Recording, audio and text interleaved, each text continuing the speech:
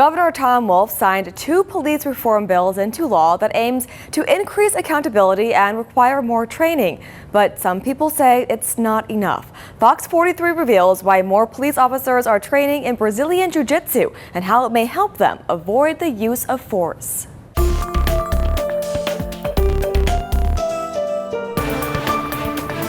Brittany Incrote is a purple belt in Brazilian Jiu-Jitsu. I love to compete, so I train to compete. Every week you can find her training here at York Brazilian Jiu-Jitsu.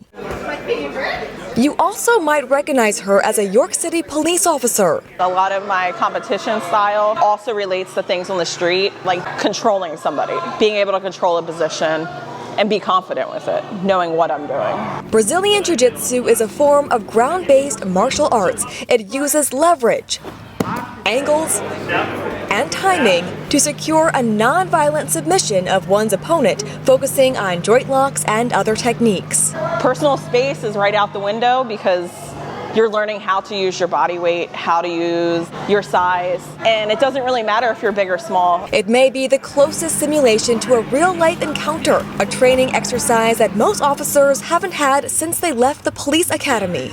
In law enforcement, we do defensive tactics once, twice a year.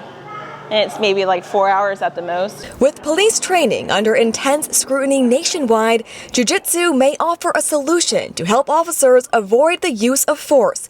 Lieutenant Greg Anderson of Northern York County Regional Police co-owns 2 Brazilian Jiu-Jitsu gyms in York and Harrisburg. The major benefit for law enforcement, no doubt, is that it's grappling, it's controlling. You're not punching, you're not kicking.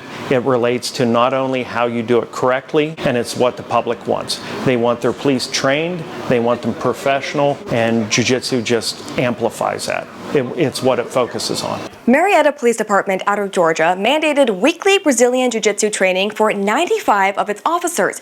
Within 1 year, the department reported a 23% drop in taser deployment and a 53% drop in serious injuries to a suspect.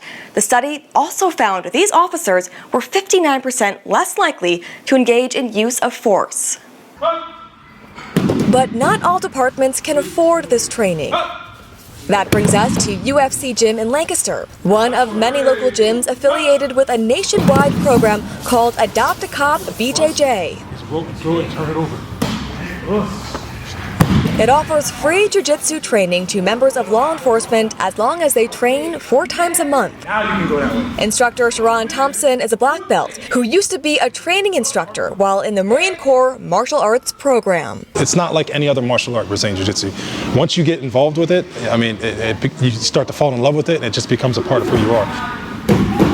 He says Brazilian Jiu-Jitsu can give officers the training they need to make split-second decisions without reaching for a weapon. I mean, you're taking someone who's had 0 training, and then 6 months later they have to uphold the law. That's not enough. With Brazilian Jiu-Jitsu, what it does is it teaches you how to interact. It teaches you how to have control of your space, of that person. It teaches these things so that you can de-escalate. De-escalate, protect, and serve. So far it's working for officers like Incrote. I do not have any use of force reports, things like that. So if you come across professional and you know what you're doing, people can tell that.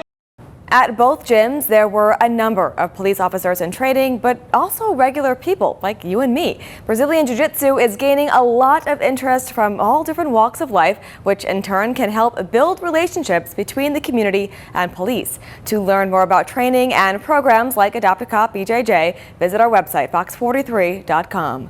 FOX43 reveals issues that affect you and your family to keep you informed. Do you have a story you want us to investigate? Send us an email at fox43reveals@fox43.com.